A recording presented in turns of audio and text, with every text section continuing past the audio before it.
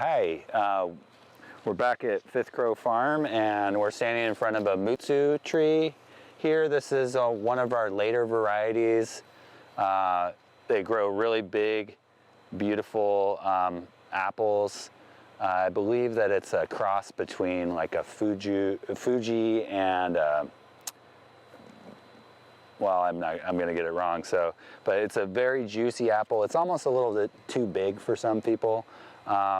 We've already harvested a row of these that did pretty well in our larger orchard. It's about 3 or 4 acres of trees.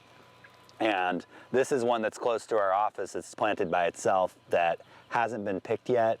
And you can see there's a few ways you can tell when a fruit is becoming ripe. It's very varietal dependent. But with the Mutsu, it is ripe when it's kind of a yellow. There may be a slight bronzing of it, of the shoulders of it. And for us, managing an orchard as we do with so many other crops that we're doing and kind of having a very diverse orchard, some of what we are doing is mitigating problems. So sometimes we're picking the apples before they're truly ripe because we're noticing that the birds are pecking at them. And once the birds peck at them, shortly thereafter, yellow jackets will move in, and we've got a few of them here on a couple of fruit that are already damaged. So sometimes you're picking them before it's ideal because you want to reduce the amount of problems you might have. But there's a couple of ways you can tell by the color. You can tell by, the best way is to tell by eating it, honestly. But you don't want to, you can't eat all of your fruit to know if they're all ripe. So you usually pick an example or two. You can push on it with your thumb, and if it gives a little bit, then that's an indication that it's ripened. Just a slight little bit. You're not going to push your finger through it, but it'll give way, but that'll cause a bruise, so you don't want to be doing that to all of your fruit. You also can pull one off and cut it and check to see the color of the seeds. The seeds should at least be starting to turn brown, if not be, when it's fully ripe, they'll be black. But you can often have a really good tasting apple that you pick a little bit before that. And you sometimes want to pick them a little underripe if you have more than you can immediately sell, because they will store better if they're a little underripe and they're a little bit harder. They're less likely to bruise, and they'll ripen a little bit while they're sitting in cold storage. So there's a few reasons why you might pick them before they're at their peak of flavor, but always eating them is the best way to know.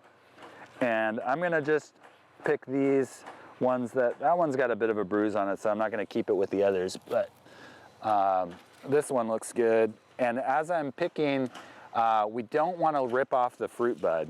So usually you kind of lift it and twist it a little bit, and it should come right off. That's another indication that the fruit is ripe. So you've got the flavor, the seeds, the softness that the flesh will give a little bit when you push on it, and then the ease with which it comes off the tree are all indications of a fruit being ready to go.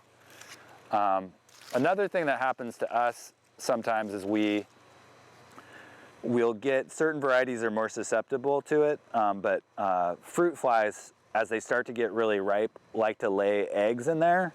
And so picking them a little bit before that happens is good for us. So that's another reason why we might pick them a little early.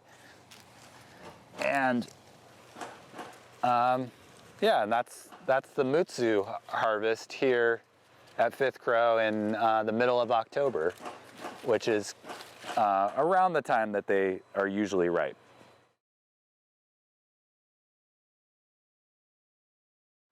Well, as long as we have fruit in the trees, we do like to keep irrigating. All of the trees we work with are semi-dwarfing, on semi-dwarfing rootstocks. So that means the roots don't go very deep into the soil, and they may not be able to access the water table that we know is down there at the end of the summer, but it could be pretty deep. So as long as there's fruit on the trees, we like to keep the soil humidity up. But as we start, we've harvested probably 3/4 to 4/5 of the orchard at this point. So now we're starting to, the days are getting shorter. We're starting to reduce our irrigation, even though we are starting to irrigate. And as soon as a section of the orchard is totally free of fruit, we know the winter rains are coming, and then we can kind of stop watering. That saves some electricity, saves some water for our watershed, and so that's just something that it also saves some time and work in the field. So we always try to minimize and not do work that we don't need to. But as long as there's fruit there, we do think that the fruit will benefit, and if it's not fully ripe, it will actually get a little bit bigger if the roots are happy and moist.